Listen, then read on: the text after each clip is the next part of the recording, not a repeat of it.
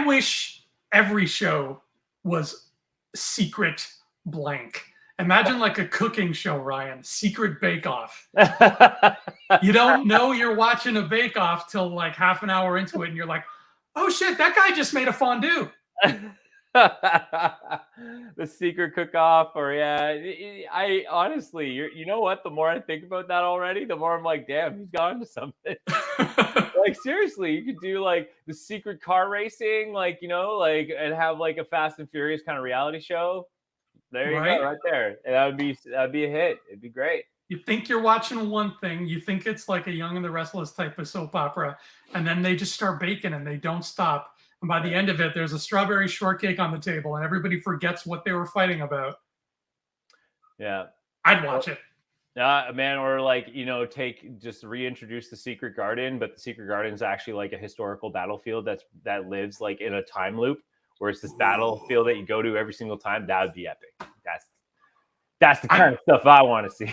I'm very impressed you remember Secret Garden. That's a callback. And in fact, I'm pretty sure the filmmakers kept that movie secret because you're the only other human being I've ever met heard reference who talks about it. And your name is Ryan J. Marvel. That's right. We are back. We are live. We got another Marvel project up and live for us to do. So I'm so excited to be covering this today. It's going to be great. Welcome back to the Infinity Rewatch Show. It's been a hot minute, Ryan. It has. And I'm Andrew, by the way. I haven't introduced myself yet. I'm Andrew Fantasia. That's whose voice you're hearing. And if you're watching on YouTube, whose face you're seeing. Or maybe I'm a Skrull. You don't know. You don't know. We could be lying. Right? In fact, I just watched a very appropriate pair of movies yesterday. The two The Thing movies. Oh, that's a classic. Oh my God. And isn't that kind of, and I didn't even plan that. I was just like, I want to watch these. And wow, I have to talk about Skrulls today. Like, it's kind of perfect. Have you seen, I think it's Screamers, I think it was. Screamers. It's with the guy, I think it's Screamers or like Screamers 3, but like it's the guy from RoboCop, and it's the same concept as well. He's like, there's these alien machine creatures who can replicate humans, and they like it. You never know who's like a screamer or like a real person. It's really cool. It's a good one. Ooh, anything with RoboCop, I'm in. Peter Weller's the guy from RoboCop. Oh yeah, let's go.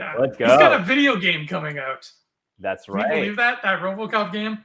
I'm interested to see how it's going to play out, because my one problem with games like that is like RoboCop's got one gimmick, and that gimmick is being just a badass robot that shoots things.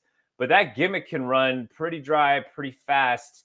So I'm very curious to see what they're going to do and how they're going to do it, because like if they do it right, it's gonna be amazing, and like introduce some new element to it, right? Like here's the thing, and I won't get too into it, but I have to, because now you've opened the gates on gaming. Open those gates, my friend. You open the gates on gaming, and because I work, there's a part of my job where I work in the gaming industry. It kind of gets me excited. So, you look at a game like Batman Arkham Asylum. Okay, Batman games before that, they get it, but again, it was a gimmick. It was more of a gimmicky thing. Like, hey, like here's Batman doing the same thing that you would see in like the movies and shows, right? But Arkham Asylum took it to the whole new level where you actually have to be a detective, and you get to do detective-like things, and that's what made it interesting and really cool. And then you get to do all the crime fighting stuff, like knocking people out and doing the pam, pow, boom. And not only that, layering in like an epic story with all the same voice actors. So there was many elements layered onto that game to make it what it is. And with RoboCop, that's why it's like there's this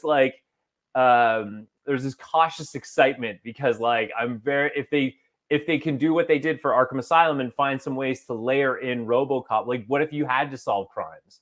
You have to figure out, you have to get the evidence and everything to get that person. Like adding those layers to being RoboCop would be really fun.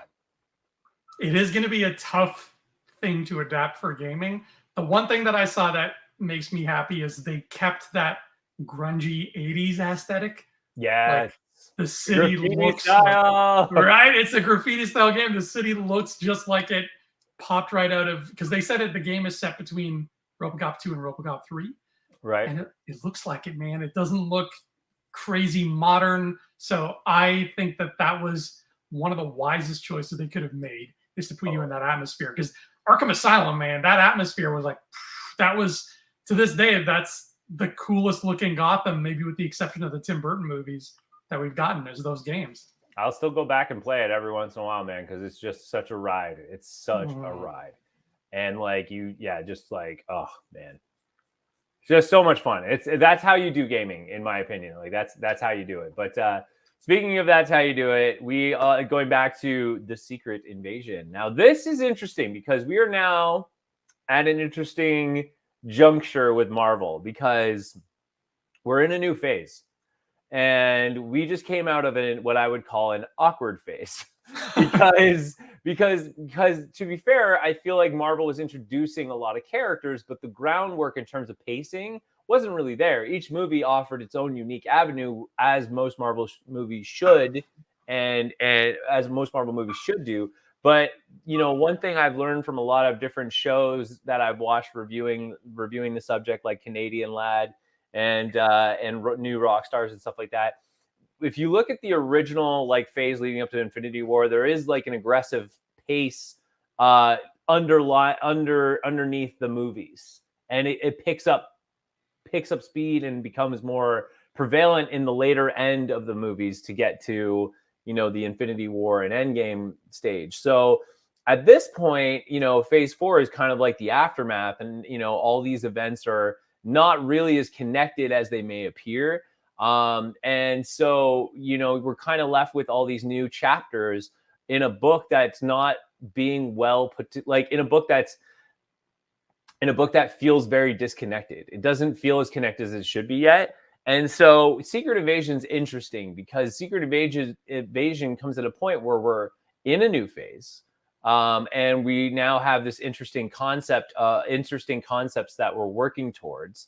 And what's cool about Secret Invasion is like, this is an opportunity to do what I love in storytelling, which is like, how do we fix plot holes and move the story forward, and also expand. And I'm always worried when shows want to expand on certain areas of the story, and like, there's a difference between expanding it and also just relishing in something. You know what I mean? Like just taking unnecessary time and doing what I call the Walking Dead storytelling, where it's like you're given like, I don't know how many episodes in a season, and like maybe 4 of those episodes actually propel the story forward. So with Secret Invasion, I was kind of worried because it's literally in that juncture where it's like, okay, we just saw Ant-Man and all this stuff and Guardians, and now we need to pick up the speed here. We need to get this new phase going, because that's the excitement of Marvel, is like, how are these heroes coming together? Because that's what we want to see. And Secret Invasion is a perfect example to bring things together, because not only is everything coming together, but it's who do you trust? And that's the whole theme of it. And doing it through Nick Fury is such a fun way to do it, because this guy's been the ultimate spy in a secret agency that doesn't exist. And here we are in Secret Invasion. So that's kind of the stakes going into this show, which is really, really fascinating to me. That's a great way to put it, is the Marvel stakes of it all. And yeah, phase 4 is awkward. It is an awkward phase. I love it. I love it for all its awkwardness. And it does have to do a lot of table setting the same way that phase 1 did. Ooh, good word there, sir. Good word. Table setting. Wow. It has to. It's got to make sure everything's in the right place for when all the guests come over. The only difference is phase 1 had the benefit of knowing it was pointing in the direction of an Avengers film. Phase 4 didn't get to do that. It ended on a normal movie. It ended on a Black Panther and technically on the Guardians Holiday Special, if you really want to. So it had to do all of that without even getting everybody sitting at the table by the end of the day. So it's really even more of a long game that's being played now. And I'm fine with that. I like that. I loved phase 4. I thought there was so much cool stuff in there. And now we come into the 5th phase, and we're already 3 projects into phase 5, which blows my mind. But I wanted to ask you, Ryan, what was your feeling? What was your temperature like when you heard Secret Invasion was going to be a show? So good question, and I'm going to try to keep my answers short and concise here, because like I'm in an interesting spot with the MCU right now. Like I'm still in love with the MCU. Don't get me wrong, but I'm not where I feel like MCU is not where I want it to be, and it's not just I'm trying not to speak from like a very I'm not trying to speak from like a selfish fan in the sense of like give me more. Trying to be very gluttonous. Like I'm trying to speak from a very critical eye here, is that the whole purpose of the MCU was for heroes to cross-pollinate. That was the goal from the very beginning. And with these projects that have come out as time progressed, there was cross-pollination, like, having Wong in Shang-Chi is a perfect example. But at the same time, that's all we got, right? Same with She-Hulk. Got Daredevil and She-Hulk, but that's all we got. And Kingpin and Hawkeye is probably the one differentiating example, because he becomes the main villain in the end, right? So with Secret Invasion, the temperature that I was going into this is like, this is a big story. If you look at the Secret Invasion in the comics, and I've even told our audience this, I mean, I remember saying this, and I think Jonathan even responded about it, is like, we're at a point now where it's like, we can no longer base our expectations off of the comics, because that's just we're way beyond that. Mm-hmm. And that's a good thing, because we want to tell these old stories in new ways in a film setting. So that being said, though, is like, my problem is like, I want to be excited for Secret Invasion, because I do. And even leading up to it, there were some moments where I was really excited. But the other thing is I'm like, well, they don't seem to be doing the cross-pollination thing as much anymore. So how are you going to tell a big story like Secret Invasion and not do half the things that I've seen in the comics that you would do? Or even, and again, one of my big rules is if the cartoon does it better, then you got a problem, right? Because the Secret Invasion in Earth's Mightiest Heroes was really good. And they did some really clever things with that. And like, you kind of get to see Nick Fury get really paranoid to a point where it's like, you start to question if he's going nuts and stuff like that. And so this show, I was excited, but I was cautiously optimistic, because lately they're always like, well, we didn't introduce, perfect example, we didn't put Wasp in Civil War because she wouldn't have got a lot of time, and so that's not, and her character would have taken away from the momentum of the show. And it's like, would it have, though? Because like, comic fans want that. Like, this is a wrestling match. Like, these movies can still tell great stories, but it's like a wrestling match. We want to see Stone Cold Steve Austin come out during a match and just start causing havoc, because it doesn't matter if it's consistent to the story. It's because we want these like godlike characters to come in and really start spicing things up. And I feel at times they don't introduce these characters in stories is because, well, it's not their story, it's this person's story. And it's like, no, it's the situation story,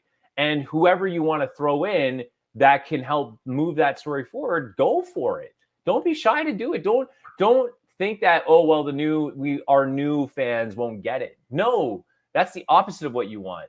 You want to throw in as many unique characters as you can to really spice things up without kind of oversaturating it. I get that, but you really want to throw characters in to spice things up, because in the end, if your audience goes, well, who's that? That's not a bad thing, because what's going to happen is they're going to go on the internet, they're going to read the comics, they're going to look for all the details, right? Like if Moon Knight was introduced in like She-Hulk, for example, like we have a great character. Like we have a great character who suffers schizophrenia, and in this show called She-Hulk, and you're like, wow, that character's interesting, or like that character's different. And then it's like, well, who is this character? And then you like Marvel's YouTube channel, throw in, who is Moon Knight? Boom, there's your video. And it's like, where can you see him next? Oh, he's got a show coming out. Like that's how to do it. Don't be afraid to go in those directions, right? Like, and that's why I'm hoping, like, don't wait for Fantastic Four to introduce Fantastic Four. We have the Secret Invasion. So why isn't Reed Richards studying the Skrulls? Right? So I was cautiously, so again, I try not to rant too much, but here I am. So, but yes, I was cautiously optimistic because this is an exciting story event of Marvel that is very well known. But I was kind of worried because of the pacing currently and this critical juncture I was talking about, that like, you know, we need to start really shaking the story up and get it moving. So like, you know, I want to be going on the internet to be hunting down like what these clues mean. And I will say in the second episode, they kind of filled that for me. The first episode, I was a bit worried going in, but the second episode, they really got me good. But we'll get to that. So that's how I felt, my friend, going into this. Was temperature check was cautiously optimistic. Okay, I can get behind that, and I like your train of thought, and I'm kind of riding the same train of thought myself here, but I'm coming at it. I just jumped on the train at a different station, and what I mean by that is the same train. It's the same train. We're both going in the same direction. We're sitting across from each other. We're like, hey, what's up? What's up? You take the GO train too? Yeah. Oh my God, I didn't buy a ticket. Don't tell anybody. But I got on the train at a weird station because of everything that has ever been announced by Feige for Marvel, period. I would say Secret Invasion is the one I was the least excited for. I just don't care about Skrulls. And I've never been a huge fan of that idea of people are Skrulls. Oh no, we got to figure out who's a Skrull, because to me, you know, in something like The Thing, which we were just talking about, I'm cool with that idea in that context of like, here's a feature film where that is happening. But in the case of the Marvel Cinematic Universe, that story doesn't appeal to me because it represents a lot of really dangerous territory. It could really jump into the realm of just undoing years of character development and story development. Yeah. Because if we get to a point where, I really hope this doesn't happen, but I've just, you know, you go on Twitter so much and you start getting bombarded with just awfulness. But like, I'm just thinking of the awful, terrible, horrendous choice of like, hey, that wasn't Tony Stark who died. It was a Skrull, and Tony's really around. It's like, no, don't do that. Please don't do that. Or just like going a different route. Like that's, you know, that's not Happy Hogan. Happy Hogan's been a Skrull all along. He's never been friends with Peter and friends with Pepper and whatever. Like, I don't want to undo great storytelling just for the sake of having a moment where somebody peels off a mask, because it's not worth it to me. It's not. I couldn't agree more. Actually, I was thinking about this in the car today because I spend a lot of time in traffic. But I was thinking about this car today because I've been thinking about a lot of the movies that have been coming out lately, and every movie seems to be trying to get on the multiverse train. And I sat there thinking, like, please, writers and movie directors and stuff like that, don't use the multiverse to say, hey, you know, there was a bunch of bad stuff here, so we're just going to rewrite the history and just start from scratch.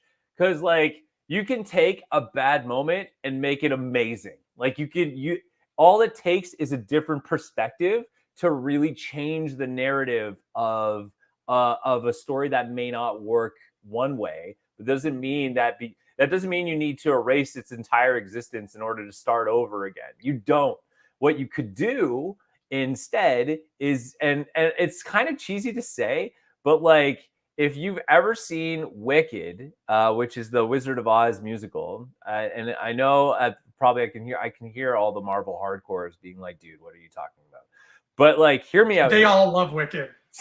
Wicked goes hand in hand with Marvel. They're all in love with it. So here's the thing, though, is that they did something really smart, which is one of the most unique, probably this is probably, in my experience of this content, one of the best ways to like tell a story. And another example that I've seen, but it came out after Wicked, which was Rogue One, did it as well, which is they take an event and that event may not have answered all your questions. And you're like, so am I to just accept what I've seen and move forward? No, they tell another story that happens behind the scenes while it's happening at the same time that is literally cause and effect, right? Like this happens, so this happens. And it's done so well that it helps you going from being derailed to back on the tracks and now picking up steam because you're like, oh man, that's so interesting, right? Like, so in Wicked, what they did was, you know, the water being thrown on the witch, everyone's just like, well, that's just the movie at that time. That was such a weird way for the witch to die. Just they threw water on her. Like, if she drinks water, does she die? Like, I don't get it, right? But in Wicked, the story, she plans an escape. And that escape is people thought because her skin was green that, oh, if they throw water on her, she's going to melt. And she just used that rumor to help create her exit.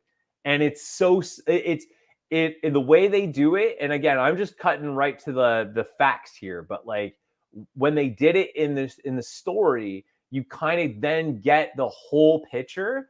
And that to me is like, don't do multiverse things where you're going to, you know, fix the story by just hitting the reset button. That doesn't work. I don't believe and that. It's lazy. It's lazy writing. Whereas like you look at Wicked and especially like Rogue One, oh, the Death Star, the stupid, you know, exhaust port, you know, this whole whole debate about the exhaust port. And Rogue One's just like, oh, well, you know, this guy had a daughter and he was an engineer on the Death Star and he decided to set a booby trap inside the exhaust port. New perspective that, in my opinion, made Rogue One like probably one of the most epic Star Wars movies and next to the classics because of that. Like, it's just like you could have easily done like, oh, you know, the hyperdrive got hit and they went back in time and then they figured out how to set up the Death Star in a way for it to explode. No, they didn't do that. They simply said, oh, there's a daughter out there. She gets tied up with the rebels and her dad's the engineer of the Death Star. And he knew it was bad. And he just decided, I'm going to set up a booby trap, give this to the rebels. They'll blow it up. Yes. And it did it in such a good way that now you can't watch A New Hope the same way again, because now you're thinking of how much that added to the story. And I think Marvel, the MCU, has done that before, at least for me, when it made the Black Widow movie. Because after that, every time I watch an Avengers movie with her in it, like particularly Infinity War, when she comes back from that adventure, I'm like, oh man, her story is right. There's so much more weight to it now. And all of the little mysterious things about her have suddenly turned into this gorgeous tapestry of just character work. Mm-hmm. So to take the idea, like the Happy Hogan example, if this show says Happy is a Skrull, unless on day one when they were writing Iron Man 1, unless they sat down and said Happy's going to be a Skrull, then, which they didn't, we know they probably didn't, then that means whatever this reveal is going to do, it's going to be reverse engineered and it's going to feel kind of weird and sweaty and just, I don't like that kind of storytelling thing. So that's why the idea of Secret Invasion just never appealed to me. Even in the Marvel United board game, one of the expansions that is coming for it is Secret Invasion. And that was like at the bottom of my excitement list. I was like, you're wasting, there's only so many miniatures we can have, and you're wasting 4 of them on just Skrulls? Like, really? Yeah. So I went into this show, I don't even know what the right frame of mind was for my temperature going in, but I was just like, I want to see Marvel. I'm excited for Marvel. I'm not excited for Skrulls. I'm not excited for the idea of Secret Invasion. I'm excited for Marvel, period. Yeah. And that encompassed Nick Fury. That encompassed getting to see Emilia Clarke in any way, shape, or form, because it's Emilia Clarke, and just getting to play in this world again. And that's why I believe we're going in the same direction here, buddy. Because when you say this thing about Reed Richards and this being the perfect spot to put him in, I 100% agree, because that's a great thing to use this show for. Tell your story, whatever your Secret Invasion story is, and I hope it's great and fun, and you know, it's got something profound to say and whatever. But you're making the Marvel Cinematic Universe at the end of the day, so give it a reason to throw these people in that are part of this bigger tapestry, because otherwise I feel like this is going to be a very empty show. Yeah, like exactly. And again, unless you do something really clever, like if you're going to do a Happy Hogan reveal, like based on your early example, it has to serve a greater purpose going forward, not fixing something backwards. It has to work both ways, right? So in this show, yes, I think this shows like this serve a better purpose, and I 100% agree. Introducing new characters that are going to shake up the overarching story, and that's how to do it. Or even like Doctor Doom, for example. Like Doctor Doom comes in and he gives them a Skrull detector. You know what I mean? Like, but at the same time, it backfires on him just as much as it helps them, right? Something like that. So you now introduce to a new villain, a new character who's going to change the narrative a little bit. But so that's where we're at going into this, which is interesting. And again, like Marvel still at this point can't do much wrong. Like people will come to a Marvel project.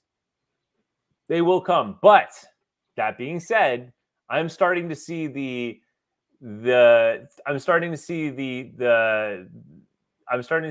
fatigue in people who are more casual with Marvel now. Where fans are like, they'll take a hit and they'll be like, okay, Marvel, I know you got some good stuff coming, so let's fix this. Let's keep going, right?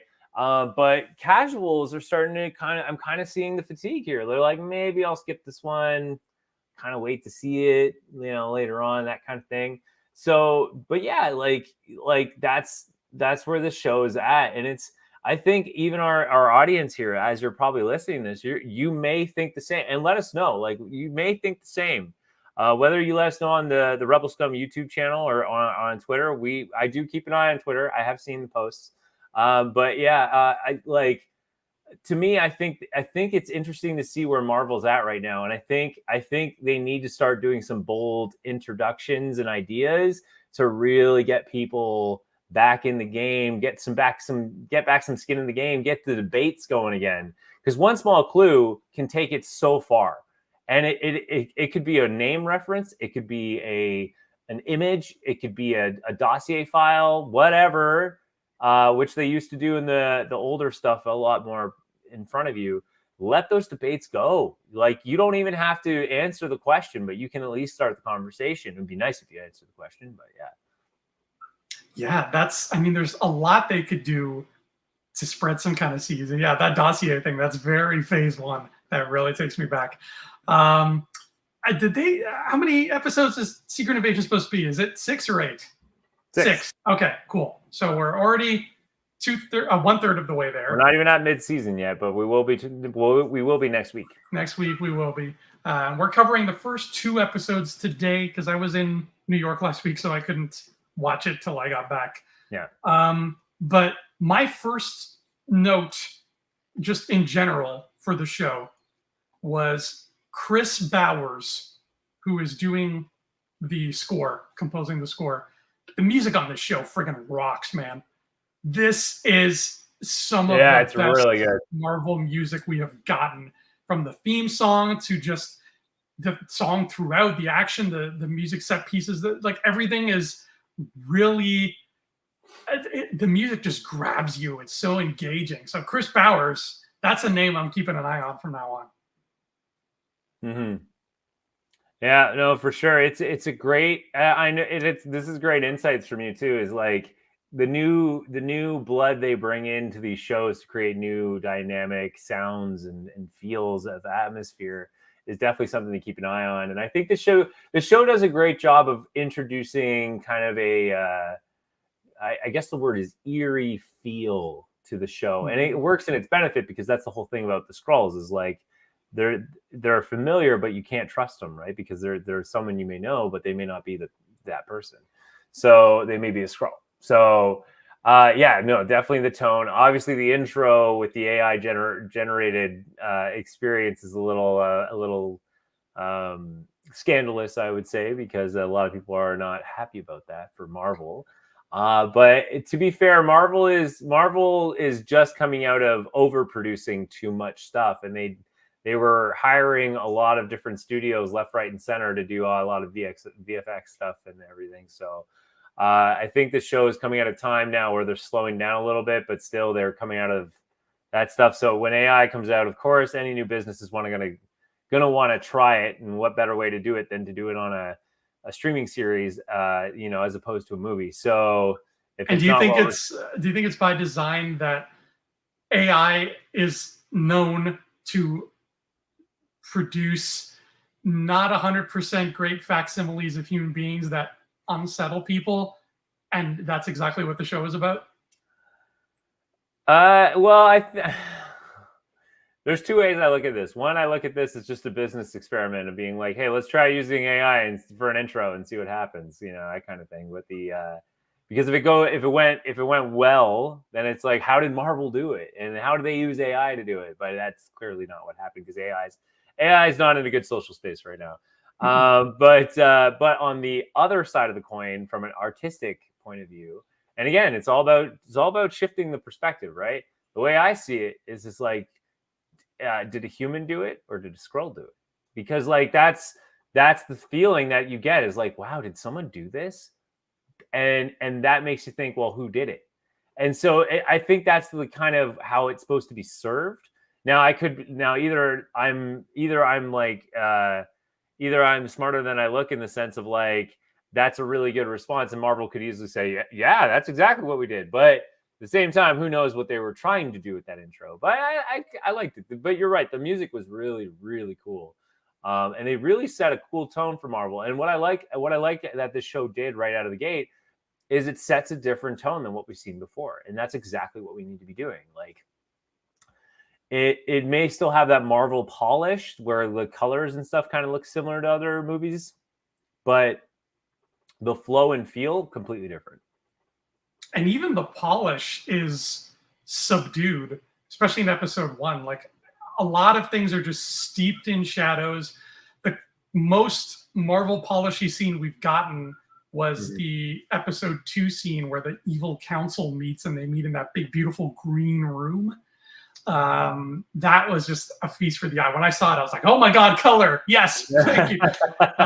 Because so far the show is set in Moscow, Ryan, and Moscow is the most gritty place on planet Earth. If you want your show to be gritty and not look pretty, you set it in Moscow or parts of Russia, unfortunately.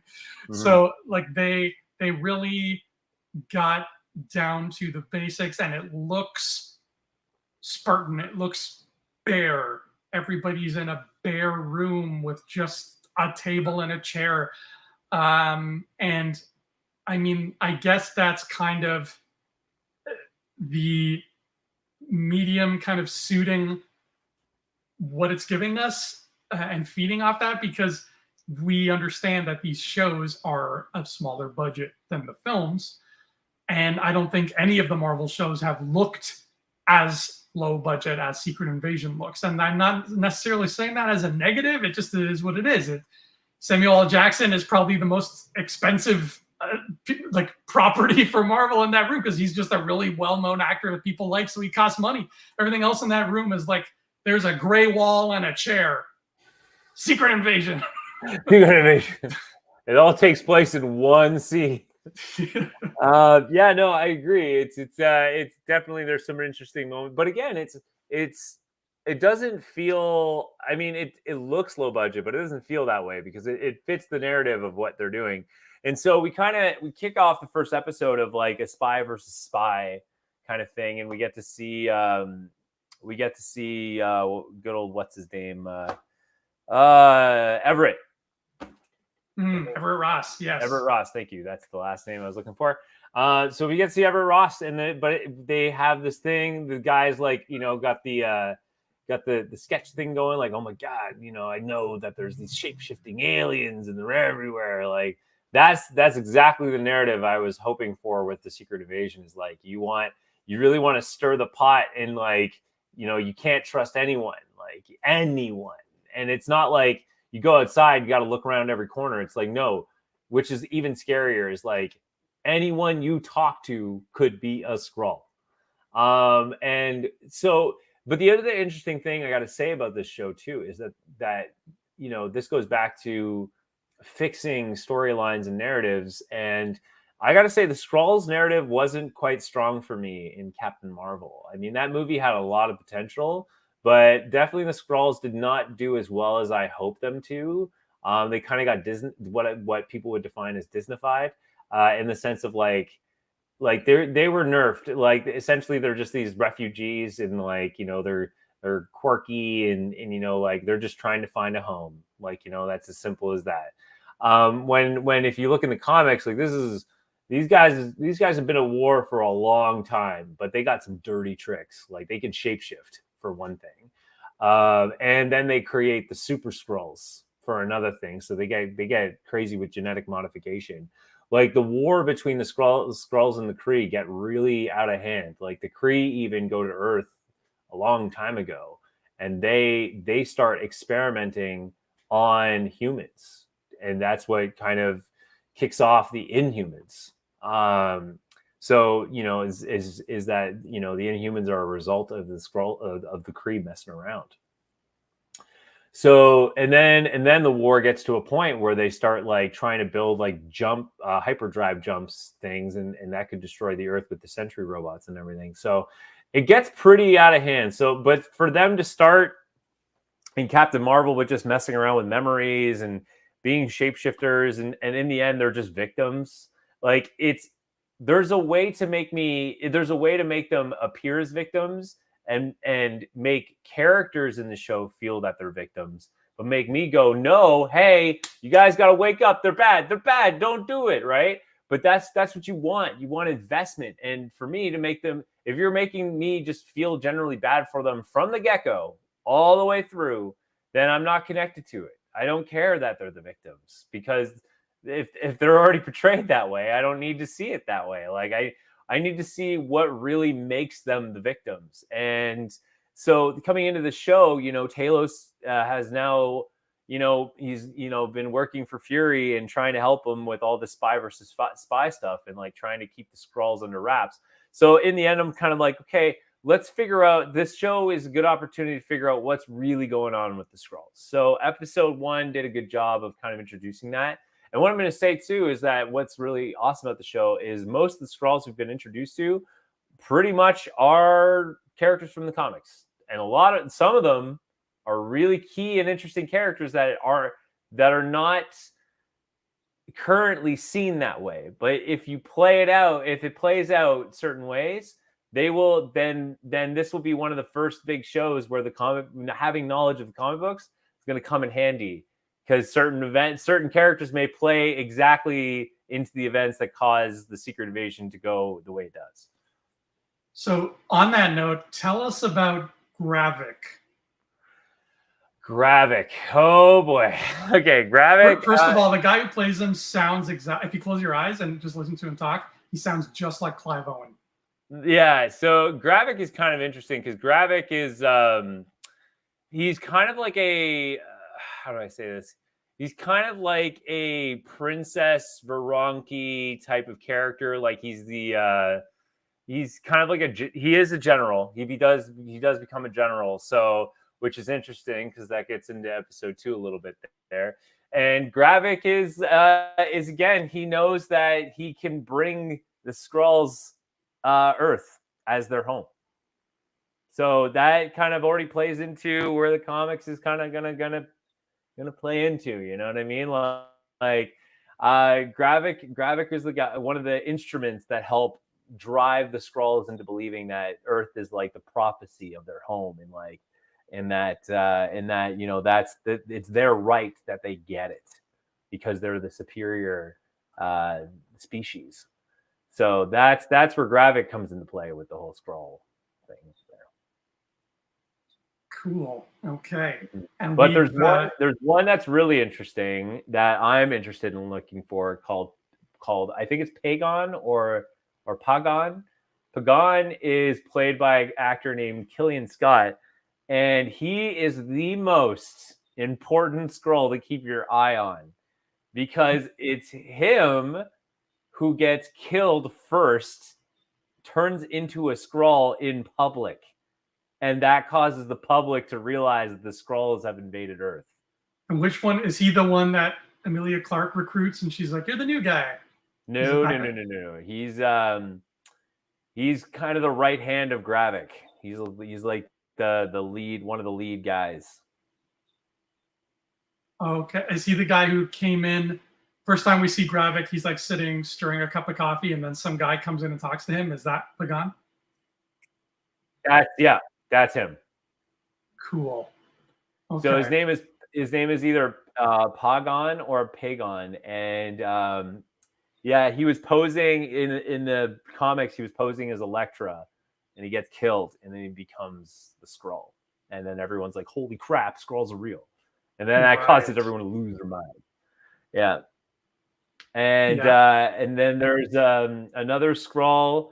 There's another Skrull who's going to be interesting named, and this is a blink and you miss it Skrull, but her name is Kriga, and Kriga is one of the first Super Skrulls. So, and that also speaks to a narrative that's coming. Talos, Gravik, and there's another one. It's kind of a lower end one. He's kind of like an older man. There's an older man Skrull. I can't remember his name right now. But essentially, those ones were like in the older comics that tie to the Fantastic Four, and yeah, it's a big thing. But Talos is interesting because Talos is from Incredible Hulk, and Talos is actually a Skrull who I just learned recently who can't shapeshift. He actually becomes because of his ability or lack thereof. Because of his lack of ability to shapeshift, he actually becomes a more aggressive general fighting type. Like he comes like a guerrilla commando because he can't shapeshift, so he just becomes like an amazing fighter. He overcompensates. Yeah. That's cool. And I'm assuming Gaia, Emilia Clarke, is it Gaia? I'm assuming she's important. She's a person from the books. She is. She's also a character from the books. But honestly, nothing too important with her, to be honest. Unless they pull some Marvel thing where she's like one character and then part another character. I have a feeling that's what's going to happen. I have a feeling we're in for she's half Gaia and half Queen Veranke. I have a feeling that someone has to be Queen Veranke because she's a big character and you can't kind of do the Skrulls without her because she's big, like she's a big character. So it's kind of interesting notes too, especially with the Skrulls. I gotta say because like the other thing that I thought was really interesting is that you find out in the first episode very quickly, like Talos' wife's dead, and and you're just like, what? Like, that's all we get? She just died? And she was like Maria Hill for like she was Maria Hill for like the last time we saw her. And that's it. Like, oh, too bad she's dead. And like, so do we just accept that? Like again, like why couldn't they start with her in the show and like have her death scene be like a big thing or, whatever. But I guess it serves a certain purpose later because I'm sure we're going to talk about that. But yeah, so the Skrulls are interesting because there's a lot of key players in the Skrull group. That's really fascinating. And the first episode though is kind of an interesting pace because a lot of it's just like Nick Fury and Talos, the buddy cop movie, and they kind of do their thing, and then they're like trying to hunt down his daughter. And so yes, I do feel you in the sense that I think there's a bigger role with her that she may not know, or like it is very possible Talos could just simply come out and say like, look, she is my daughter, but I've been keeping a secret from you. She's actually like the last of like Skrull royalty or something like that. Like it's possible. It's not the best way to set up the narrative, but like, or at least the way I'm like delivering the facts, but like, there is a narrative you could do where he's like holding onto a big secret about her. Yeah, absolutely. And then on the other hand, the even more kind of in your face theory that I think a lot of people have already put forward is Olivia Colman, who is playing the head of MI6, I believe. God, what a fun character. She's just like this actor. She's so good in everything. All the way back to Hot Fuzz. She was so much fun in Hot Fuzz. And she has the best line of either of these first 2 episodes where that guy's like, that door was locked.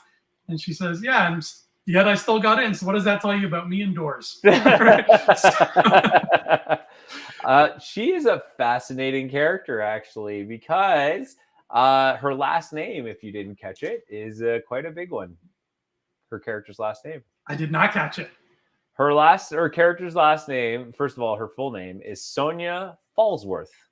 Sonia Fallsworth. Sonia Fallsworth. Now, there is no direct counterpart in Marvel in terms of a comic book counterpart, except for one person.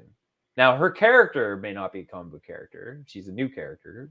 If they just changed her, if they tweaked her name, but like, sure, her relation could be that her grandfather is one of the Howling Commandos, the British guy with the red. His last name was Fallsworth? His last name's Fallsworth. Ooh.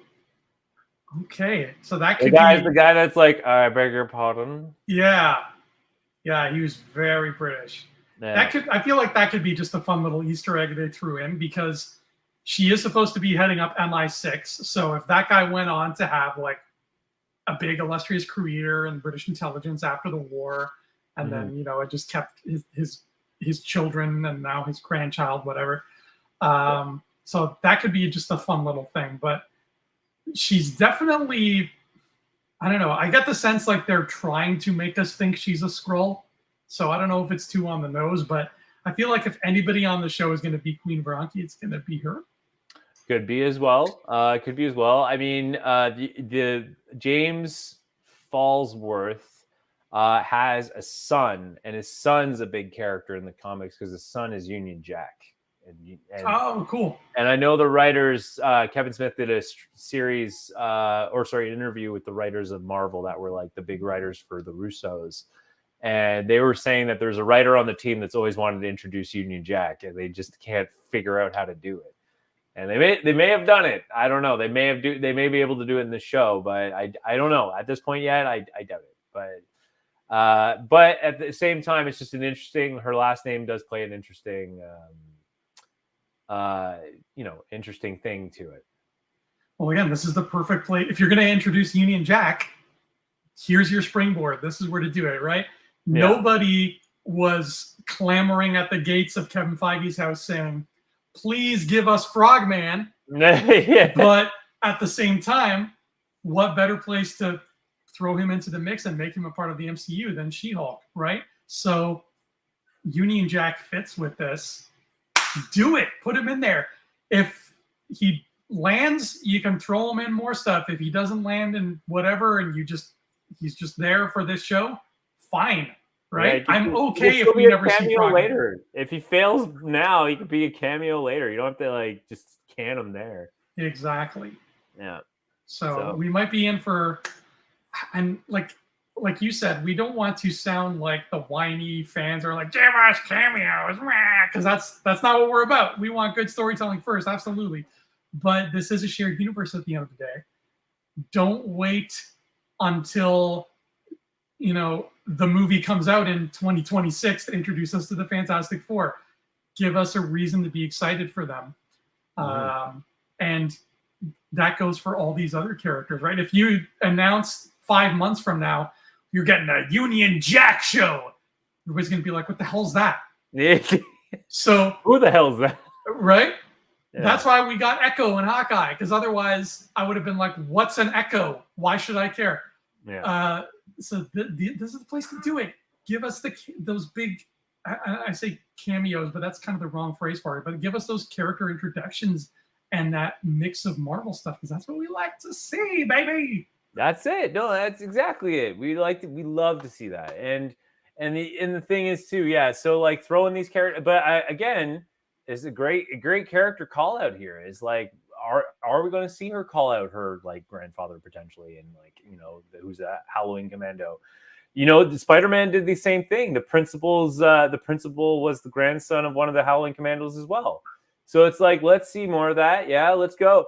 And so Secret Invasion has some interesting players too, because we do have Maria Hill in this, and Maria Hill, her story did not go as well as I hoped it to.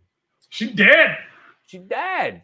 Maria Hill is spoilers, by the way, but like, yeah, they just killed her, and like to be fair, she really didn't have much of a story. Like, I don't know if it's just like Kevin Feige was just like, well, I think we used her the way we wanted to use her, and then Agents of S.H.I.E.L.D.'s like, oh, we could do some cool stuff with her, and then Kevin Feige's like, well, Agents of S.H.I.E.L.D.'s not really MCU, and just close that chapter right there, and then that's it. End of Maria Hill. And it's a shame too, because Maria Hill is supposed to be adding unique perspectives to Nick Fury. Like, she's supposed to be like the character who kind of always kind of makes him go, like, makes him consider alternatives, right?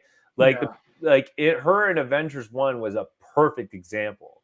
She was constantly questioning everything he did, and that was never a bad thing. It was just like, she's supposed to be his like second eye or second pair of eyes, I guess.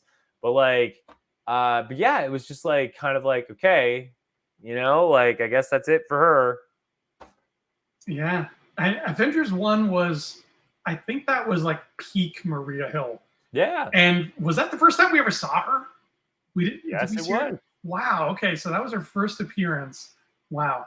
And we've had sporadic Maria Hill thrown in. We got her in Ultron. Where else did we get her? Because Spider-Man was a lie. That was a Skrull. We got her in Winter Soldier. And Winter Soldier. Thank you. Yeah. So she's had like a good 3-4 appearances under her belt. And it wasn't devastatingly sad to see her die, but it was like a big punch to the gut because she's been around since phase 1. She's just this constant person that's always there, in the same way that I'm sure Fury sees her as just like this constant friend who's always there for her. She's just always been there for us as fans. Like, hey man, when stuff gets crazy, it's okay. Your old pal Maria's here, and I'm gonna, be your human counterpart on this journey of gods and creatures and whatever. Yeah. So it's a big loss for the heroes to have to not have a character like Maria Hill anymore. But I want to see the impact of her death have as much story impact as Coulson's death. Yeah, exactly. And it's interesting too, because Gravik, we kind of learn more about Gravik in the next episode. And if you're going to demonstrate a villain's power, yes, you take out a key anchor in the hero's character, right? So you take out a supporting character or something like that. Yeah. But it just, to me, it felt too easy for that villain to take out Maria. Now, is it one of those fake death things? Live model decoys? I don't know. Right? Like, is there a trick up their sleeve? Is Maria really gone? And if so, then that could be an interesting narrative when she comes back, and how convoluted, her comeback is, kind of exactly like Kingsman talks about. Is like, I'm going to tell you my evil plan, and then you're going to come up with an equally ridiculous way to like counter it. And it's like, so is Maria Hill really dead is the question. And I don't know, but if she is, it's kind of abrupt, and it's just there. And it doesn't really, I felt like it didn't really demonstrate how intense Gravik is. Like, all I've seen is this guy just makes bold statements in public areas, and he doesn't care about public safety, which, any kind of villain can demonstrate. But what I need to know, and I guess we haven't seen it quite yet, is like, why is this guy such an intense threat? And in the second episode, we kind of get into why the Skrulls are a threat. Yes. But we haven't quite got to why Gravik is the scariest one of them all. And I think we're starting to scratch that surface, but that's just my point, is like the first episode is good, but it doesn't have a finesse to it. It's just like, it just feels like the motions of things. And I'm still following the rhythm, but I'm not truly feeling the dance. You know what I mean? Like, I'm not feeling what the key players are really doing here. And it's not till the second episode kicks off in the train that becomes like the big one for me. Like, that's the train scene is by far that turned this show up for me to 11. Like, okay, now we're into something. And it kind of fixed the Skrulls for me. And going back to the perspective here. Now, I apologize if I'm moving a little quick here, but like, I wanted to get to the second episode because to me, I'll do it. Yeah. The second episode to me by far is like, this is why we're here. This is why we're watching this show. And the train scene is the perfect example. And this is something I do like in writing, Fantasia, that I think that you could kind of add a little perspective on, is there's a rhythm to the way the character talks that makes you remember why the character is the way they are.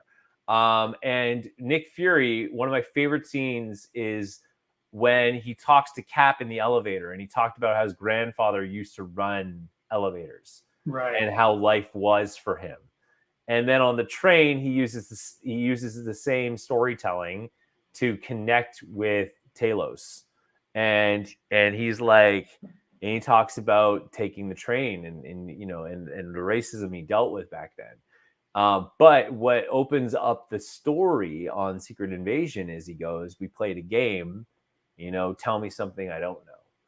And this scene has so much gravity to it that it can speak volumes to the audience. Now, this is to me was like, if Marvel can just hold on to this is the kind of storytelling Marvel should be doing, which is he goes, tell me something I don't know. And he said, well, you know, Skrulls are refugees. He's like, that's not the game. The game is tell me something I don't know. And then he's like, okay, well, you know, we're in a war with the Kree, and they just overwhelmed us. And now there's, you know, 1 million of us out there in the universe. And then you know, Nick Fury keeps playing the game. And it kind of is interesting because this is where I talk about how it speaks to different audiences, because the Skrulls did not lose against the Kree in terms of their planet. Their planet was eaten by Galactus, and then they left because they had a prophecy that a planet eater would come and that they would get a new planet to call their own, and that planet was Earth. Thus, the Secret Invasion. And they do kind of make you, I think they do a great job, and I don't know if it's just the fan of me looking for this, but I personally think they did a great job making you go, was it the Kree that got them off their planet, or was it Galactus? Interesting. And then what fixes the whole Skrulls as like a faction within the MCU was when he goes, well, there's millions of us and we're all here. That was like, yes, that's the Skrulls I know, because the Skrulls I know, they're sneaky buggers and they don't play fair. And the fact that Talos just dropped this huge bomb on Fury, I loved it. And then Fury, who thinks he's in control, just realizes that he is not, and that is brilliant. This was a beautiful scene, man. I couldn't agree more. This was great, and it felt like, because it's such a reactionary scene to Maria's death, it's the winding down emotionally from Maria's death. It's Nick Fury letting it all out after Maria's death. It really makes me feel, just from the 2 episodes we've seen, that this has the pacing of a movie, not a streaming show. Streaming shows, you really feel a different vibe. You really feel like they're chopping it up at a particular spot because they want you to come back next week. and we have seen the patterns in them, right? Where it's like the first episode is great and the second one's a little bit slow because it's a streaming thing. But this did not feel like that. This felt like it literally feels like I put on a Blu-ray of a movie and I just paused it and came back to it after a week. And then I pause it again and now I have to come back to it in another week. And I'm really curious when we see the whole picture if it would have worked as a movie, because I think if you make this with the same low budget that they are making it right now and put it in theaters as a mid-budget film, they could have really capitalized on it in a way that I don't think they can on Disney Plus. Yeah.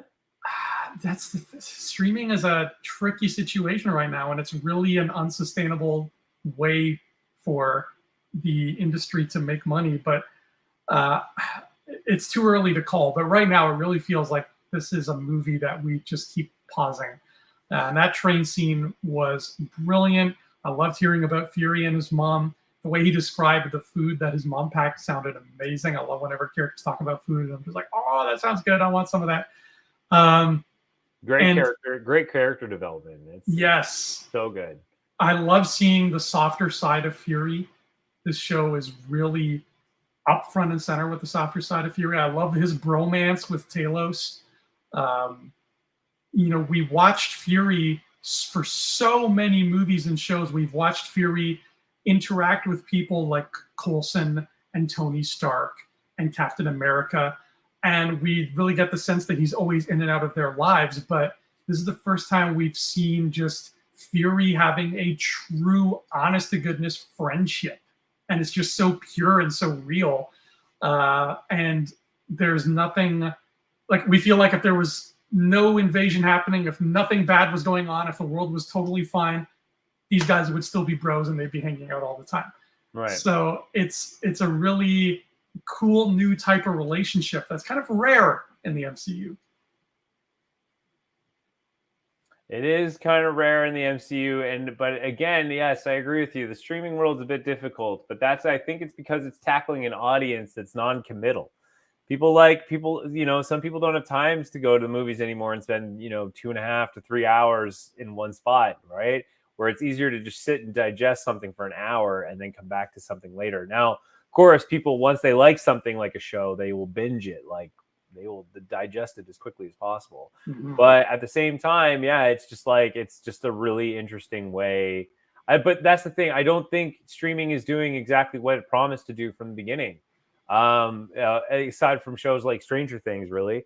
But shows like all these Marvel MCU shows, they're not living up to the potential they could have. I think WandaVision was one of the closest. Yes. Personally, and so was Loki. But in the end, these shows should be building the universe just as quickly as the movies are. In fact, the whole point is you should be watching these shows and then going to the movies. But yes, the movies still play a role in the sense of we want to make sure that the audience isn't left confused. But there should be some element of or a recap of some kind that helps connect both audiences. As I used to joke in past streams, the people in the back of the theater, it should connect both audiences and really just say, okay, if you haven't seen it, you probably should go back and watch it because this is what you need to know. If you have seen it and you do know this, now here's the next piece of the puzzle, so that the people who are experienced and have seen both sides of the content can keep moving forward, where the people who haven't seen it have to go back and do some homework because there's stuff you missed, right? Like Maria Hill dying, that's something you missed. And if there's some, again, I don't know what purpose this is going to serve aside from really, demonstrating the villain's power and of course, leaving a hard blow in Nick Fury. But in the end is okay, so now this is something you missed if you haven't been watching the show. And you should watch it. Honestly, you should. There should always be that, right? That was the beauty of TV shows back then. Is some big cliffhanger happened, and you have to wait next week for the next entry in the series. That week is grueling week because you're constantly waiting for like what does this mean? And the best part is like, let's say you haven't been invested in the show and they do something big, and then your friend tells you, oh, have you been watching? It's like, no, I haven't. Well, you won't believe what happened. Uh-huh. And then you jump back in, and then the show goes last time on whatever, and they give you the event of what happened, but they don't explain to you how it happened. And you're just like, what happened? Oh my God, something happened to this person. Then you watch, and then now you have to backtrack and then catch up. So I think streaming services are still missing that level of intensity, that suspense, because it's streaming shows still have that kind of snack fulfillment. Is like, I'm gonna have this snack before I go to dinner, but now I'm coming to the dinner full, and it's like, well, now I'm having this dinner that I'm not really hungry for. Yeah. You know what I mean? And that's kind of what's happening with all the streaming stuff. They're kind of giving you the stuff, but it's not really fulfilling you. It's just buying you time for the next project, or like, that's it, right? But again, the second episode kind of is on the right track of storytelling, because we get into the train scene, and then that picks up, and now we know, and Fury knows, like, shoot, that's bad. Like, I got way more than I bargained for. 1 million Skrulls, 1 million.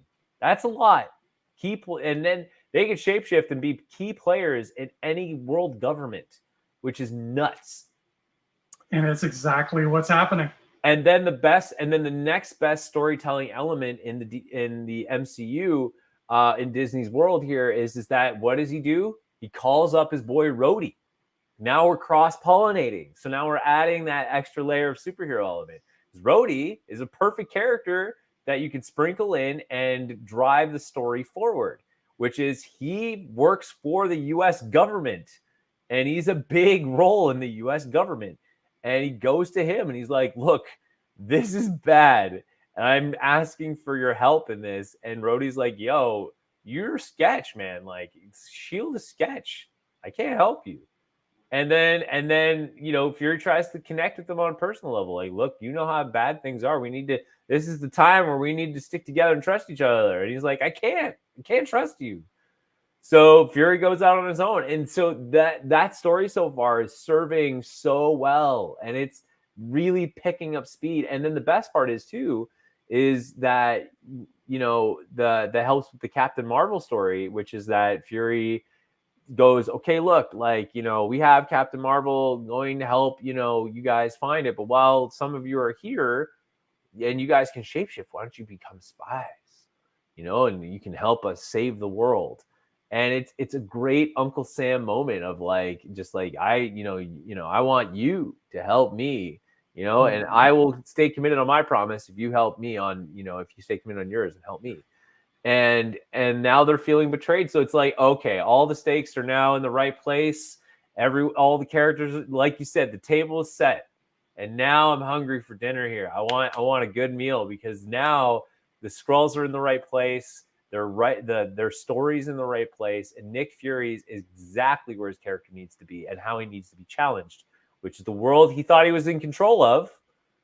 Is now, and it's exactly that. He's like, and he said it, I think he said it in Captain Marvel. He's like, we were always looking for our next threat. We didn't know that they'd be coming from above.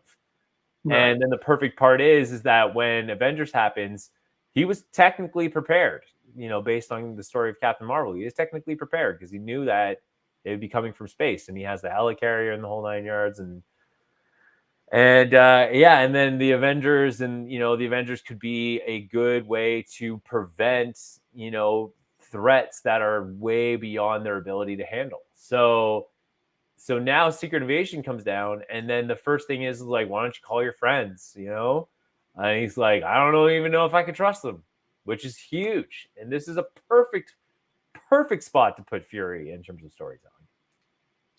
Yeah, the whole idea of the Avengers not being trustworthy here, because if they're compromised, that's real bad. Yeah. That's a great idea. That's a great it's the best excuse not to call the Avengers that I think the MCU has ever done. You know, they've relied on the old crutch of, oh, they're busy. Now they've got a good excuse. It's like, well, yeah, but at the same time, like, it's funny because he did go to an Avenger to get help. The Avenger turned him down, right? So now you could play that Rhodey could be a Skrull. Well, I wanted to ask you about that. Funny you should say that, because I don't really want to watch this show with the mentality of who's a Skrull. I just want to kind of watch it and just let it unfold and see what's going on. But yeah, the whole purpose of Skrulls is to hide in plain sight. And I figured, based on what we've seen just in these 2 episodes, if anybody is a Skrull, I have a feeling it might be James Rhodes.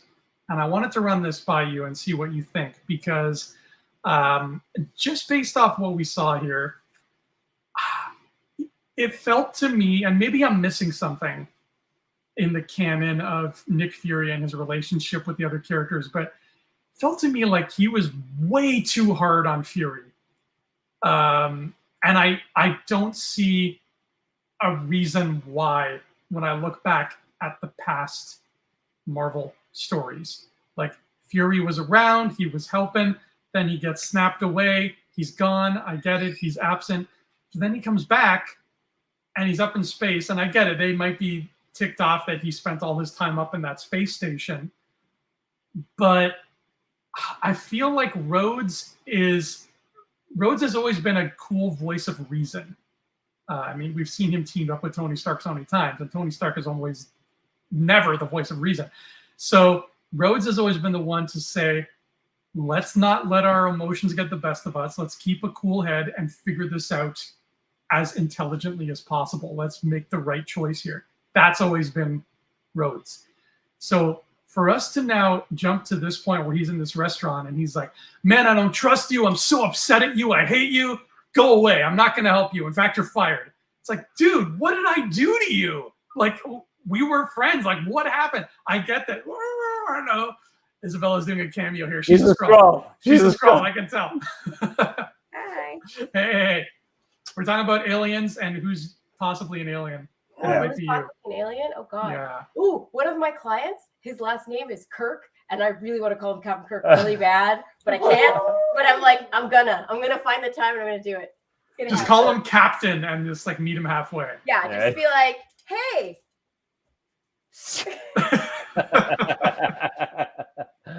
There you go. Well played. But yeah, that's what I feel about this whole issue here with Don Cheadle. Like, he's just, I don't see a reason for him to be so hard on Nick Fury. It doesn't make any sense to me. Well, the other interesting side of this too is that, you know, in the cartoon when he told Tony that Skrulls are real and Skrulls are very dangerous, the reason why he told him was not for them to work together, but to put a person of importance in a position to make Skrulls make mistakes. So it's either that, yes, Rhodes could be a Skrull, could very well be a Skrull, or that he's putting Rhodes in a position now where he's hyper aware and hypersensitive to the fact that the Skrulls could be everywhere, and he's going to push the Skrulls into positions where they're going to start making mistakes. That's a very Rhodey thing to do. Yeah. See, that is very, very James Rhodes, because he's a colonel, he's a tactician, he knows how to fight a war. Yeah. And I get it. It's the whole thing of, I'm sorry, Fury, I couldn't tell you that's what I was doing because I didn't know if you were compromised. So that makes sense. That's a good way to put it. Mm-hmm. But let's say theoretically he was a Skrull. Where and when do you think would have been the ideal place for that switch to have happened? Because I assume when the Skrulls take somebody's identity, like when that one guy became Elektra in the comics, he had Elektra like up on a ship somewhere, right? So she can't get in the way. So where in the MCU do you think that could have taken place where somebody took James Rhodes and was like, nope, we're replacing you with a Skrull now. Where could it have happened? That's a great question. Where could it have happened? When's the last time we saw him? Was it Endgame? Endgame. And we also saw him Falcon Winter Soldier. Falcon and Winter Soldier, yeah. We saw him there. But what was he doing in Falcon? Oh yeah, he went to he went to talk to Falcon. Yeah, he went But to he the was museum. pretty sincere though. He was asking why he gave up the shield. Right. That's a tough question. But like it could have happened anywhere between. It could have happened after the fact, after Falcon and Winter Soldier, but I don't know what note he left on it. Yeah. That would be the ideal place because, again, you don't want to undo any of his character work. And that's a critical scene, though. The Falcon and Winter Soldier is a very critical scene. It's a very critical scene that you don't want to diminish with this, what I would call the Skrull gimmick. Right. But yeah, it could happen. But here's the thing: it could happen any point after because again, he's become more of a desk. Because Fury even said it as a clue. He said that, since when are you, behind a desk now? Like, you know what I mean? Like saying that because he was the special weapons expert, right? So that's a big thing. So I don't know, but honestly, it's a tricky thing to do. But at the same time. And I don't want to keep turning the tables, if you will, too much. But, another thing is in the cartoon, Captain America was the Skrull. And he was very much a inspiration, patient listening guy through and through, even when he was a Skrull. But it wasn't until the Kree came along that he's like started falling out of character, right? So either way, it could still go either way. But to me, I would prefer it makes Rhodey more paranoid, and he starts making Skrulls make mistakes. That's what I think should go on. But yeah, it could go either way. I like that better too. Yeah, and there were also a lot of online sort of whispers that Agent Carter might be a Skrull. Because she was very different when we saw her in Falcon and Winter Soldier. She was living hard. She was a very different person. So a lot of people took that to mean Skrull. And I could go either way on it. What do you think? Do you think there's a possibility she might be green? Sharon Carter. Yeah, there's a big possibility she could. But again, it still leads to a big question: is like why? Right. Like, especially because if you look at the Winter Soldier, for example, she plays a pivotal role in that one. She plays a pivotal role, and she also kind of betrays. The Shield to help Cap. So again, like it. But that's where this beauty of the show serves is like now it makes me reflect back to the other shows and movies and stuff.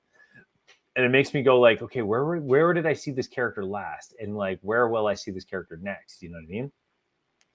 And that's good. That's what you want. So the question, so I guess you kind of have to see, this is kind of a wait and see, but I would say my vote is now I want to see what Rhodey's going to do to start getting Skrulls out in the open, or if he is one. I'm flexible either way. I think no way is the wrong way here. So that's where I would leave that. And it even begs the question with this Coleman character, right? Like, Fallsworth character that Olivia Colman plays. It's like, I don't think she's a Skrull. She seems to love. She seems to know how to interrogate one. That's for sure. Ooh, I was not expecting, man. When that finger came off, I was like, whoa. I've seen some interrogation tactics in movies, and let me tell you, setting someone's blood on fire, whoo, buddy, that is a way to torture somebody. Ouch. That sounds excruciatingly painful. MI6 has learned some new tricks since the last James Bond movie. Yeah, no, it is a dirty. That is just rough. And I love it too, because like not only did I love the door comment about her getting in through the front door, The other one was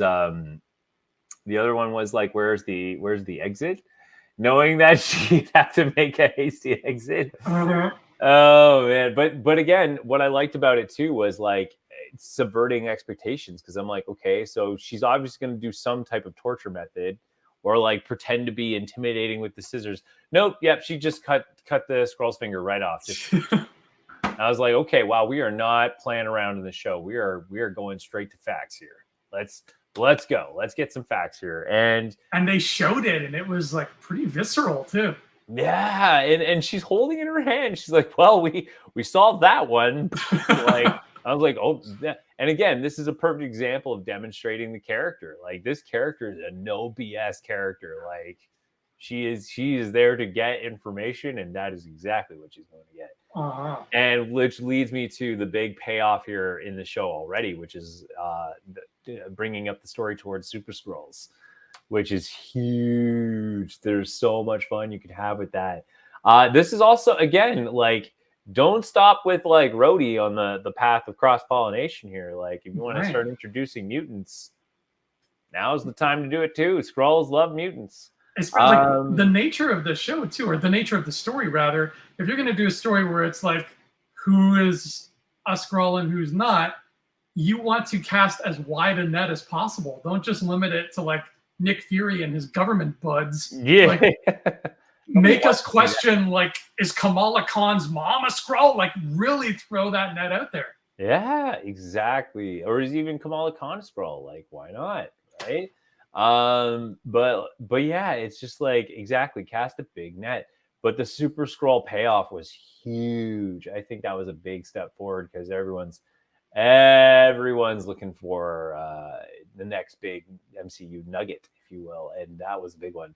Especially when Gaia went to the computer and they showed the samples for the Super Skrull thing. And they said, so I think what they've said is that they haven't found a Skrull with the right DNA yet to start the power shifting, which will be, and if that pays off, like if they get into some Super Skrull stuff, then like episode 5 and 6 are just going to be like the Empire Strikes Back of like Skrulls.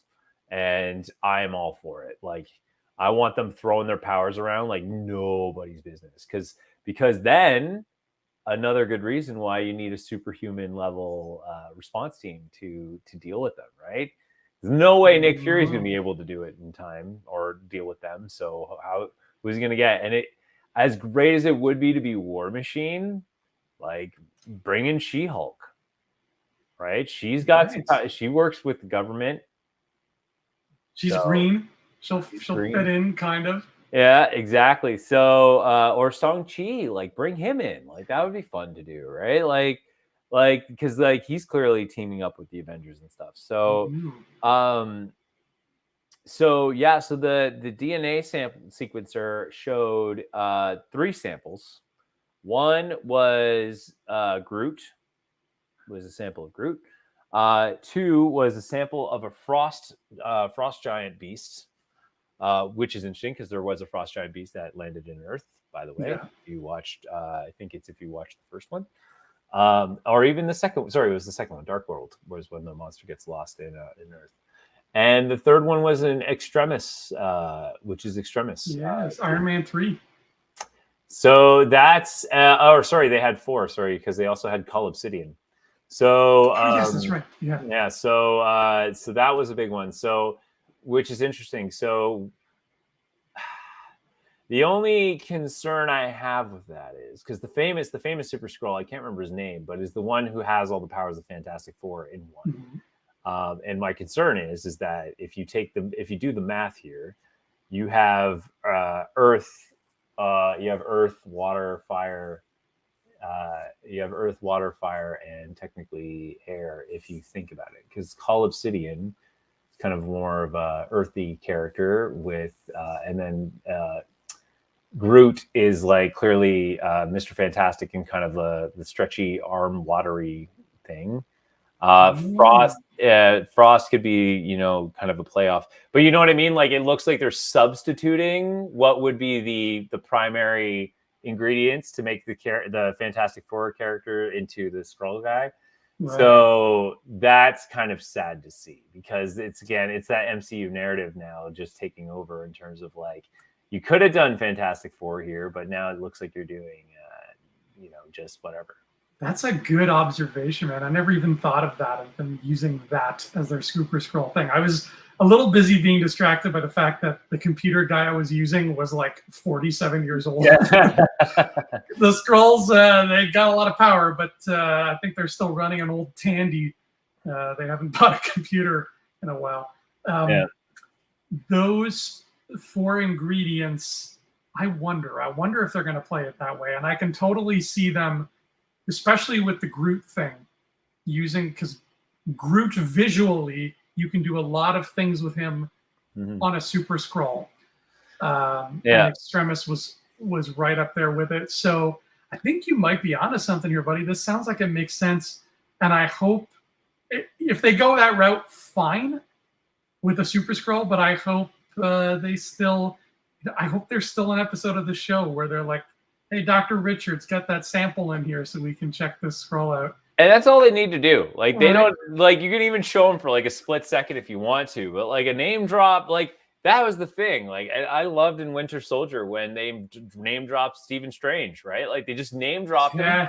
You don't need to do that much. Like, you really, really don't. Same with WandaVision. Oh, I have a friend who's like an amazing engineer or physicist or whatever. And it's like, and it's just some Joe Blow. And you're like, but then you get excited again because they're like, oh, here's Jimmy Woo. And you're like, and he's in it for a while. And you're just like, yay. And then something else happens. And then it's like, okay, that's it. You know what I mean? So, but yeah, it just feels to me, I think that's the big payoff here is like, we will get the Super Skrull, but he's made, instead of being made up of Fantastic Four, he's made up of, Cull Obsidian, Extremis Person, Groot, and, Frost Beast. Right. And that might even, knowing how Marvel has operated in the past, that might even be like that Super Skrull is like the final boss of this show in a way. And he's just a Super Skrull, or she, it could be Gaia who ends up doing it to herself. But later down the line, they might take the same technology there and use that to make the one we know who's got all the Fantastic Four powers. Yeah. So they could have their cake and eat it too. And speaking of having cake and eating it too, I think that's the perfect segue to the end of episode 2, because who turns out to have a normal civilian life at the end of the day, but Mr. Fury's got a Mrs. Fury. What's going on? That's really interesting. I'm curious how that's going to play a factor in the whole thing. What if she's Veronki? Ooh. Right? She very well could be. Is this totally new, out of left field? Has Fury ever had a wife before? Yes, he has, actually. And Julia's character was his love interest.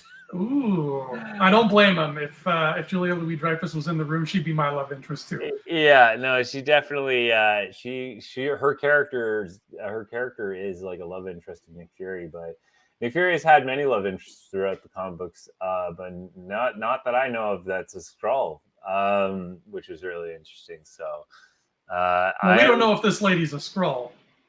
She's, as far as we know, right? She's just. Don't we?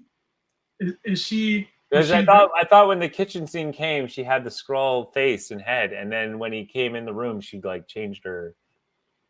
Did I miss that? Is that a thing? Unless I saw it wrong. I mean, I don't know. Maybe I have to double check like 2 seconds on Disney Plus right now. But I thought that was the thing. She was cutting vegetables, right? She was making something. I'm pretty sure she had Skrull hands. Oh my god, I totally missed that, man. Oh, wow. There you go. Wow. Well, I mean, he did make friends with Talos and his crew. Yeah, and there was a woman that he was really proud of in the... That was the Talos's wife. Was it, though? I think so. Her name was like Sora or something. I'm pretty sure it was the same name as Talos' wife, but like that would be an ample opportunity to have met this lady, right? He met a Skrull and he's like, hey, you're not half bad. Let's get hitched. So it's not outside the realm of possibility that he's married to a Skrull, but I completely missed that, man. That's so cool. I failed as a Marvel fan. I'm sorry. No, it's okay. Yeah, no, I'm pretty sure that's what I saw, and I was like, okay, where's this going? So I'm curious because like I don't know if it's Talos' wife or not. I actually thought, and this is why I thought, or this is why I'm pretty sure she was a Skrull, because I actually thought, because I'm like, Talos played as Fury on and off during the Spider-Man times, and he said his wife is dead. And so I was like, okay, so is this Talos being Fury, and then that, you know, they come together, or is it Fury as Fury, and either it's Talos' wife or just someone different. But it begs the question is like where's this story going is what I want to know. Yeah. I'm glad there's only 6 episodes here. This is a good short show that I'm glad it's not dragging on or anything like that.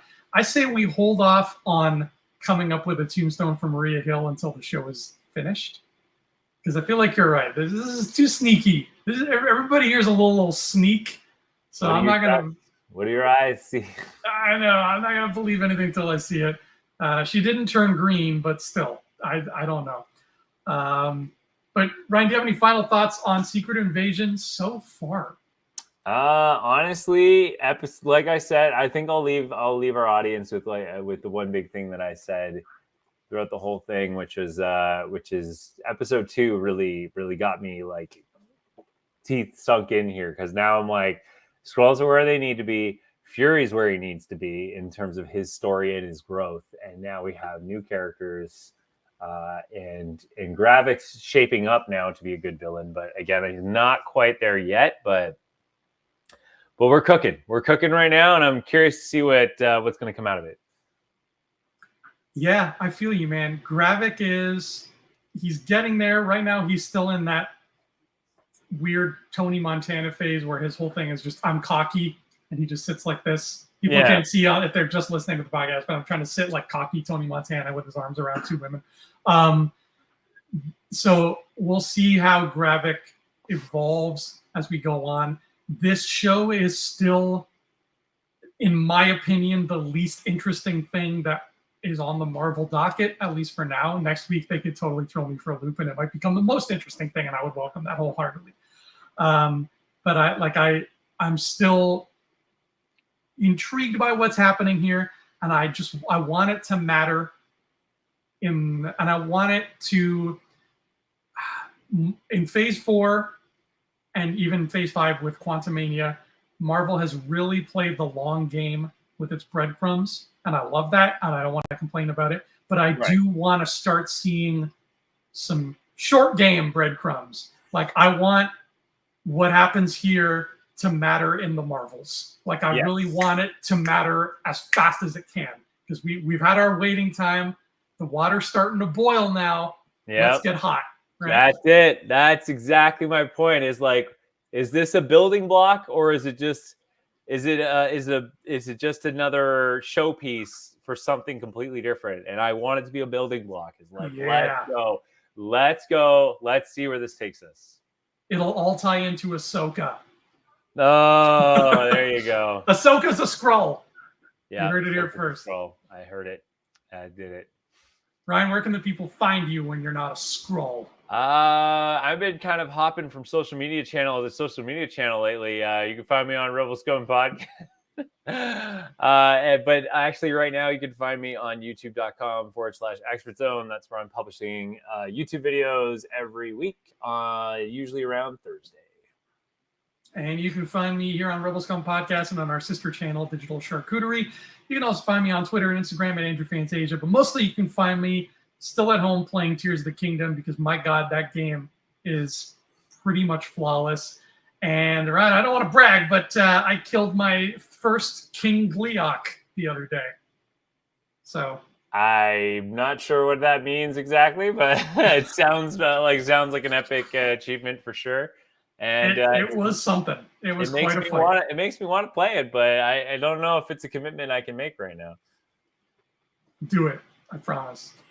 I won't be disappointed. I mean, I think the biggest Nintendo news I received lately is the remake of Super Mario RPG. That's right. That's right. And we're getting Mario Wonder later. Yes, we are. Too. But yeah, that's it for now. Next time we do an episode of this, though, I wanted to just quickly ask you your thoughts before we leave here. By the time you see us next, we will have gotten Indiana Jones and the Dial of Destiny. It's coming out. How are you feeling about this film right now, Ryan? We're getting an Indiana Jones 5. Where's your head at? I'm actually rewatching the Indiana Jones series because that's what these things do. And yes, we're in a time where nothing's really sacred anymore, but Indiana Jones is an interesting journey because I will leave with the short thing is Indiana Jones sort of has this thing where once the first story is amazing, second story is okay, third story is good, fourth story is okay. Has some mistakes. So if the pattern stays true, then this is going to be a really good one. But there are moments of Indiana Jones that just really stick with you, and I'm hoping that this movie does just that. I hope it sticks with you, and it leaves you with a good memory of Indiana Jones, and I hope it hangs his hat in the best possible way. So I'm really fingers crossed. I'm really hoping it's a great story. And I am excited. The one thing that excites me when you do something like Indiana Jones, especially if you're revitalizing a franchise like that, is they didn't just go short on a movie poster and just, just take his picture and throw it on a movie poster. No, they painted it just like they used to. And stuff like that make me go, okay, this is going to be a really good send off. Because as far as I know, and as far as the press has been around this, as far as I know, this is Harrison's last ride as Indy, and I just want it to leave me with a really good memory of why I love the Indiana Jones movies. And if it does that, then I will be a happy camper. I think you're gonna get your wish, man. And those posters, I think that this franchise is 5 for 5 with its posters. Like all of its posters are 10 out of 10. Oh, they are beautiful movie posters. If I had the wall space, I would just get all of them and just line them up. I'm really excited to see him find the Dial of Destiny, whatever the hell that's supposed to be. And I think we're going to get a very different Indiana Jones movie, but a very satisfying one. Yep, I couldn't agree more, buddy. I wanted to see it this weekend with my parents, but unfortunately my parents are traveling, so we cannot see it this weekend, but hopefully I'll see it the following weekend or something. All right. I'm going to go see it on Tuesday. So I'll let you know what I think. You let me know what you think. And I will let you know. You'll be the first to know, I'm sure. Yes. We'll just text each other, da, da, da, da, and we'll know what we mean. Exactly. All right, sir. It has been a blast here on Infinity Rewatch with you. Again, it feels like forever since we've done this. Marvel's been slowing down. Well, that's okay. That's okay. But we got another week ahead of us till episode 3. Until then, everybody, including Skrulls, we love you. Please have a marvelous day.